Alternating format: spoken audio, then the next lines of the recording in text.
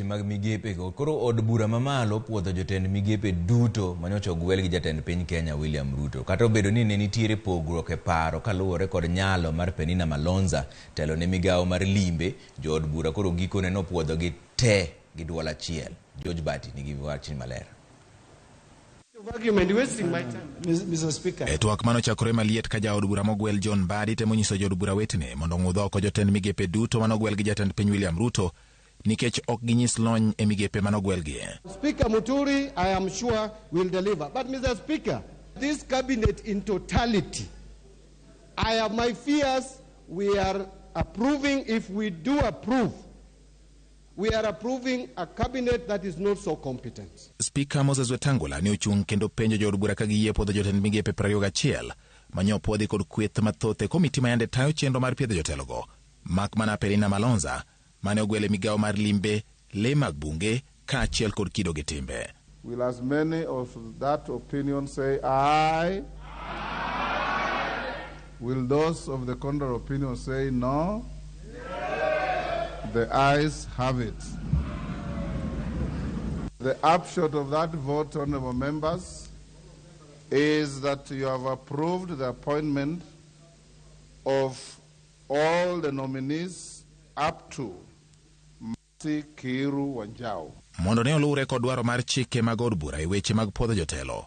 Speaker Moses Wetangula ne openjo jod bura ka bende gisiro lipot mar ng'udho oko Penina Malonza ma Wetangula ne olieko ni nitiere e karito chunje mar jokopere dendo ni purgatori. The last vote is that the House rejects the appointment of the Honorable Penina Malonza OGW as the Cabinet Secretary for Tourism, Wildlife and Heritage. Will as many as of that opinion say aye? Aye.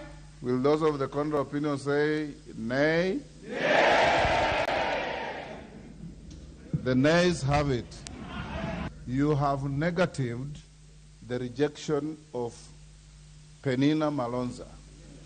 This means Penina Malonza is now in purgatory. She's neither in heaven nor in hell. Bang' mano, Speaker Moses Wetangula ne ochiwo thuolo ne jaod bura mondo oket Malonza e ratil. Kogolo chung' mare, jaod bura mar kaunti ma Kitui Irene Kasalu ma bende ne olaro gi Malonza komno yiero mokalo ne owuok oko mar neno ni nyawadgi no oyudo lemo mar tend migawo. On Penina Malonza is a brave woman. This lady decided to vie for women of Kitui County on a UDA ticket, despite the area being a wiper zone. On Penina Malonza is a woman of integrity. She was the last deputy governor for Kitui County when Malombe was the governor. And it's during this time the duo delivered for the people of Kitui, and a lot of development were done in Kitui County. Twak mar Kasalu ne omiyo Speaker ochung kendo pedho penjo e nyim jood bura. Penjo maduoko mare ne opodho Penina Malonza. This House approves the appointment of the Honorable Penina Malonza OGW as the Cabinet Secretary for Tourism, Wildlife and Heritage. Will as many as of that opinion say aye? Aye. Will those of the contrary opinion say nay? The ayes have it. Bang' od bura podho jotend migepe duto 22 mane ogwel gi jatend piny William Ruto, koro gima odong' en chamo muma ka jo Kenya rito ka bende gibiro konyo jatend piny chopo singo mane oketo e kinde yiero maduong' ma dwe mar 8.